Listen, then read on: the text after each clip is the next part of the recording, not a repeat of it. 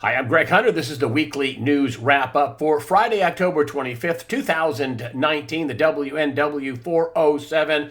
A big news breaking. There's been a lot of speculation about the Pfizer report with Michael Horowitz and that they might be deep sixing it and they're whitewashing it and all kinds of other things. But I don't think that's the case. I think this is a big, fat, thick report that has to do with a lot more than just the FISA abuse, which is, but here's the headline. DOJ, IG, Inspector General Michael Horowitz sends letter to Capitol Hill, FISA abuse report nearing completion, possible November relief. It's way more than FISA. This is Maria Bartiromo says that.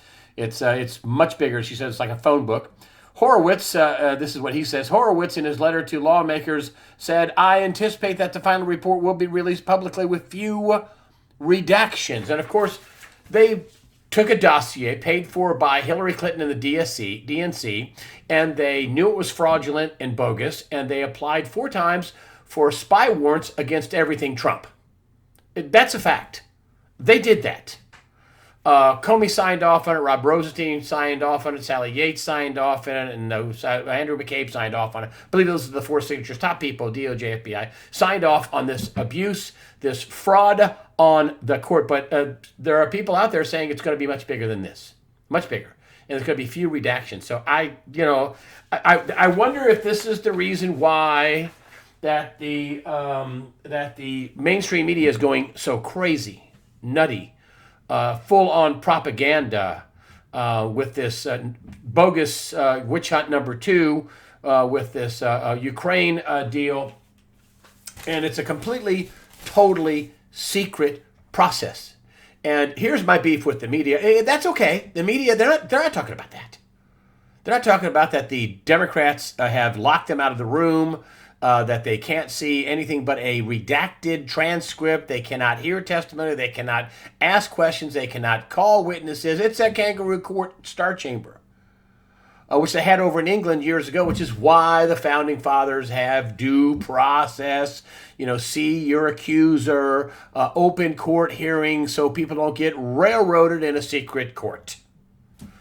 And yet here we have this is the local paper, the News and Fish Wrap, which I called them today and said, you guys are going to be out of business in a couple of years. I'm telling you, here's how they spun it. They took a Washington Post story, and it says Congressman Mark Walker was one of the disruptive Republicans, that went into the secret Star Chamber meeting. One of the disruptive Republicans. I called the newspaper and said, one of the disruptive Republicans. Wouldn't it be more correct if you said that the Republicans went into the secret meeting and Mark Walker was one of them, that complaining about the secret meeting? And then they say this, and this is a lie right out of the gate, okay? I'm doing this so you guys understand what the propaganda, let me get in here with you here. So you can read it. Come on, there you go. Let me get it. Please get it. Hold on. All right. Oops. Okay. A group of GOP lawmakers crashed a closed-door deposition Wednesday to protest the impeachment inquiry. That is a lie. A group of GOP lawmakers crashed a closed-door deposition Wednesday to protest the impeachment inquiry. No, they were protesting the secretive nature of the inquiry. So I called my local newspaper. She says, well, in a couple of lines after that, they did say they were protesting. You started out with a title that was a lie, that designed to make the Republican lawmaker look bad. He was a disruptor. Maybe they should say Mark Walker disrupted the secret hearings because they're unfair. How about that title? This is a Washington Post little redo that they did, and this is part and parcel of what the media does. They just lie. They just leave out stuff and make stuff up. And they're supposed to be, I told this person at the News and Record, are you a journalist? Yes. Oh, no, you're not. No, you're not, because not a word for the secret proceedings, not a word for the redacted transcripts, not a word. They can't ask questions, call witnesses, Republicans. Totally unfair, total secret junk garbage. If people were doing this to your president, Obama, and you are an arm of the Democrat National Committee, if they were doing it to your president, you would scream to high heavens. But, a secret deal, it's okay. Secret? It's okay. Which is how you know the mainstream media is full on propaganda. And here's another one. I just want to show you this too, because I look at this stuff and I can't believe it. So here's a headline: Ukrainian leader felt Trump pressure. Didn't say he did, even though he has said the leader of Ukraine, Zelensky, has said there's no pressure. There's never any pressure. There's no pressure. Here's how they do this. I just want you to show this. So as soon as I see stuff like this, let's get in here with you so you can come on. Okay. They spoke to the Associated Press on condition of anonymity because of the sensitive issue which was roiled in the Ukrainian election. So they did a whole story, and here we have down here. It's right here. According to 3 people familiar with the details of the meeting, and they spoke in anonymity. So the Washington Post did a whole story with anonymous sources. That kind of goes with the secret proceedings, doesn't it? Anytime I see a paper quoting only anonymous sources, I said 3 people familiar. How about make it 10, 20? How about 50? How about 100 people all weighed in? Phony, false, not journalism, propaganda. And the mainstream media is embracing the propaganda. And here's another one, just so you know, for years the newspapers have been saying there's no deep state. There's no deep state. Well, guess what? According to the New York Times, there is a deep state. Here's how they're lionizing the deep state. Trump's war on the deep state turns against it like they're noble people, unelected Weasley officials who are trying to nullify an election and 65 million voters. Yeah, they're the people's champion. Really. And here we have, this is sick propaganda. This is the New York Times, 1024. Sick propaganda passed off as journalism. This is their power. And remember, this is their power. Their power is you have to believe them, that they're fair arbiters of the truth. Obviously, they are not. So here we are. Not a word about the totally secret nature of the Democrat so-called impeachment inquiry. Republicans can't be in the room, cannot see unredacted transcripts, can't call witnesses. They're completely locked out. They're completely locked out. And I'll tell you something else that I keep saying this. I keep hearing that, the Democrats have the votes for impeachment. I'm not so sure. They tried this, several months ago, and they only got 150 or 60 Democrats to sign on to this craziness. Now, there are some moderate Democrats, and there are at least some Democrat congressmen and women that would like to keep their jobs and don't want to risk it on some crazy Star Chamber secret prosecution where the witnesses are, you cannot know who they are. Of course, Adam Schiff talked to the witness, almost 2 weeks beforehand to file this dog and pony show. You've heard that, and reason why they don't want you to question the witnesses, they're going to say, where did you get your information? Kevin Schiff said, 3 weeks ago, he thinks it's John Bolton, the former national security advisor. And what did Rand Paul say recently on Laura Ingraham's show? John Bolton. The whole thing falls apart under the light of day, under any kind of examination in broad daylight. I don't think they have the votes. And so there's no wonder why, and I've been thinking about this too. I've been thinking about canceling the USA Today. I pay $300 a year for it, so I can basically make fun of it. But it's getting to be sickening. I can't hardly even open it up. I don't believe a word they say. I don't believe any of their polls. I don't believe anything they say. And evidently Donald Trump doesn't either. And so here's what he's done. President Trump cancels the Washington Post and the New York Times subscriptions all across federal agencies, saves taxpayers thousands, and prevents the spread of fake news. There's no way that these people can sit there with a straight face and look themselves in a mirror and say, we are fair arbiters of the truth. They are liars. They make things up. They make up phony polls. They are trying to do a giant psyop across America. That's clearly what they're doing. They have no regard for the facts, no regard for fairness, no regard for journalism. Yeah, just so you know this too, I was at 5 TV stations and 2 networks. Do you know, even at the TV stations I worked at, anonymous source, no. My bosses would stop me cold. This is your only source? Yeah, you can't do the story. You can get a tip from an anonymous source, and then you can find people that'll weigh in. No way we're going to let you do this story. But not the Washington Post or the New York Times. Oh, no. Anonymous source? Cool, good. Does it trash the president? Great.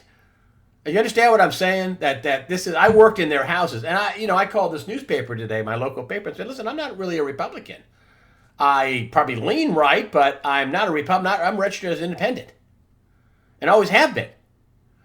And I just, these legacy media companies are killing their jobs. I predict the Greensboro News and Record, they'll at least be cut way down. It won't be a 7-day-a-week newspaper. They'll be a couple days a week. They're going to go down the toilet, then their revenue will go down, and they'll lay people off. And who's going to try to find that online? You're going to find somebody to lie to you online and leave stuff out? Just stop. And then we have the fake and phony polls, which I told you all through the 2016 election that the polls were fake. They were fake, all of them. And, then we have this latest round of polls. Of course, they're beating on Donald Trump every day with this ridiculous story. There's not any evidence that he did anything impeachable, period, the end. That's all I'll say. I don't want to go into the phone call and it was, released by the president and, none of the people have firsthand knowledge. There's not a charge that sticks. They are actually looking for some sort of a charge that they can put on the president because they know this whistleblower is dead. He's done. If he has to stand up to the light of day in a trial in the Senate, which I'm not even sure they'll have one, in the Senate, they may just say this is so unconstitutional and void of due process, we're not even going to accept it. The Senate could do that. That's what Lindsey Graham is saying that they may do. But I got problems with him. He should have been, calling witnesses and going after this FISA abuse and the DOJ and FBI and this failed coup, which he promised to do, and he never did. And so, but the polls, back to the phony polls. So here we go.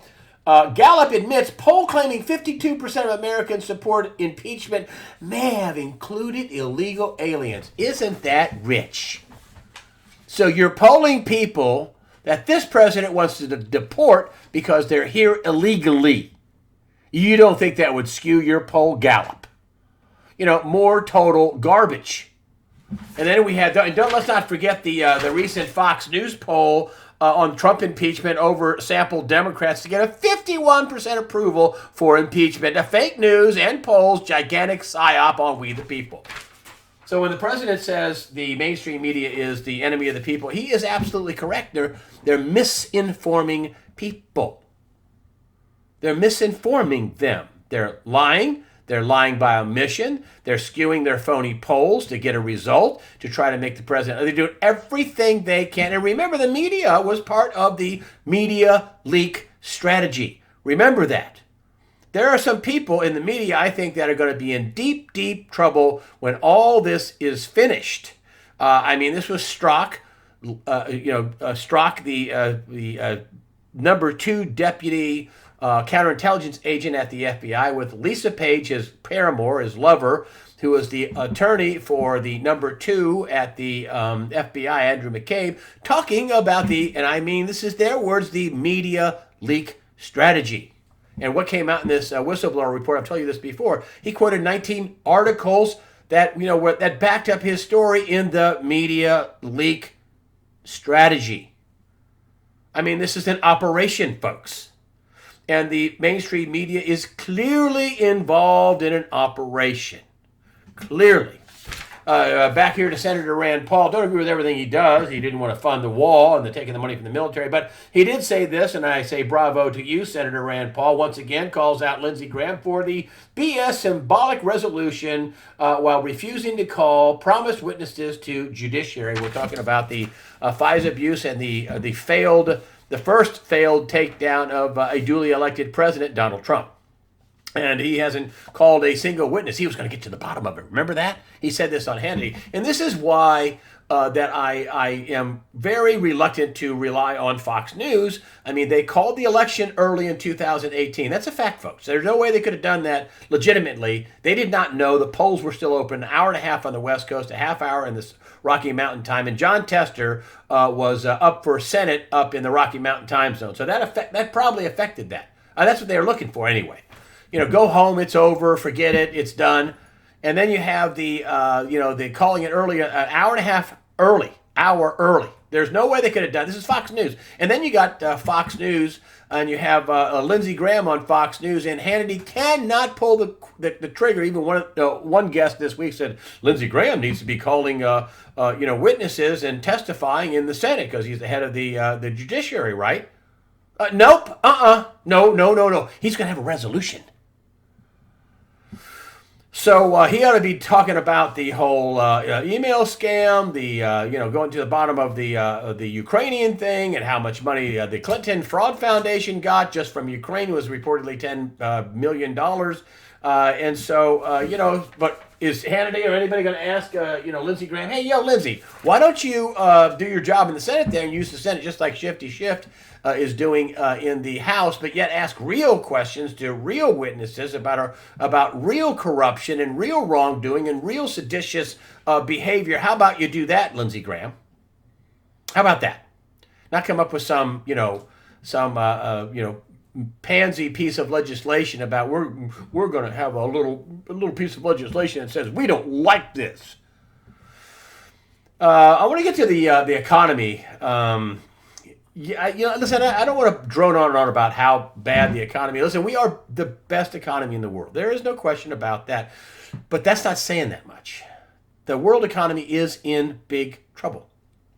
And you can look no further than what I see as a panic at the Federal Reserve. I've been staying on this topic because I think something big is going to happen. Bull Pony said that we'd blow up in October. He says, listen, I was wrong about that. I think it'll be November, but no later than the end of this year, we're going to get some real shakeups.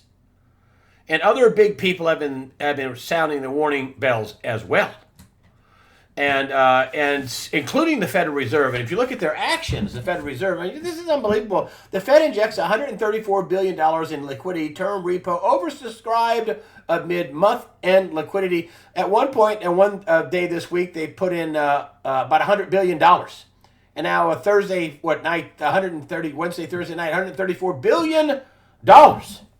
The Fed just injected a whopping $134 billion in liquidity to make sure the U.S. banking system is stable.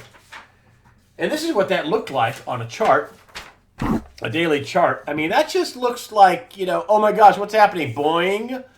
I mean, this is one day, folks. $134 billion of capital, printed money, QE, call it whatever you want, injected into the system. Now, it's not Syria causing this problem. The president got a peace deal, pretty good one, with Turkey. Let's hope it holds, and the Kurds, and some kind of a safety exclusion zone type deal. He is going to commit to some armor there, I think, to protect the oil fields. But I don't think it's Syria. But it could be a Deutsche Bank. It's hovering around $7.90 a share. Charles Denner said if it went below 8, you should be worried. Well, it's been stuck below 8. If it gets to $6.40 a share, $6.40 a share, it'll go to zero.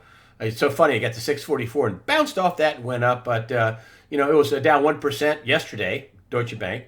What about Boeing and all the planes they aren't going to, sell and haven't sold?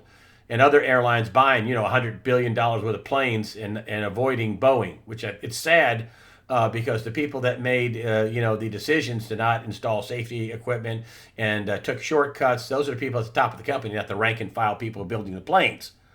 What about Ford Credit? Is that one of the reasons why? Is Ford Credit, them tanking and Moody's, cutting their debt, $150 some odd billion to junk? Of course, S&P and the other rating agencies have not cut it yet. But Moody's cut Ford Motor Company debt to junk. That's not a good sign. Are big U.S. banks in trouble? Not just Deutsche Bank, but big U.S. banks. I mean, they're at the window every night. They're $134 billion in one night. What? Oh, excuse me? A few days before that, $100 billion? What's going on? There was a report out, Craig Hemke brought this up, and he says, one report came out recently, he named it, he said, that the analysis says in the next recession, depression, whatever you want to call it, half the banks are going to go under. You're not going to be made whole with something like that. The FDIC doesn't have enough capital. They don't even have enough capital to take care of Wells Fargo if it goes under. That's a devastating prediction that half the banks won't make it in the next recession. Then you have Mervyn King, who came out with the Bank of England saying that everybody needs to get in behind a locked door right now, and they need to talk about how exposed they are in the next recession. What? Excuse me? So, I don't know. Maybe this is the reason why. It's something we talked about with Craig Hemke, but it's worth bringing up again. And it's, this. Central banks are out of ammo. UN head demands intermediate fiscal stimulus. This is the UN, folks. To save world from crisis. Really? UN Secretary General Antonio Guterres warned that the global economic outlook is facing severe headwinds, and the international community must quickly act to do everything possible to prevent the world from fracturing. Now, he also listed the problem with the China trade deal that apparently Trump looks like he's making headway on. But, of course, Guterres is the head of the UN. And not too long ago, President Trump said, listen, the future doesn't belong to you, the globalists. And that's, what the UN's all about. The globalist. They're licking their chops to destroy America and cut up our wealth and send it around the world. That's what they want to do. Even everything out. And Trump is a big blocker in that. And you remember his speech about that. That, the world should be nationalist, that people should be proud of their countries. And we shouldn't, and you're not going to do globalism and socialism. This is the President of the United States in front of the UN. Of course, you could hear a pin drop. There's not a single nobody applauded. Everybody was just sneering, going. Something else that it may be, if you take a look at some of the happenings going on south of the border.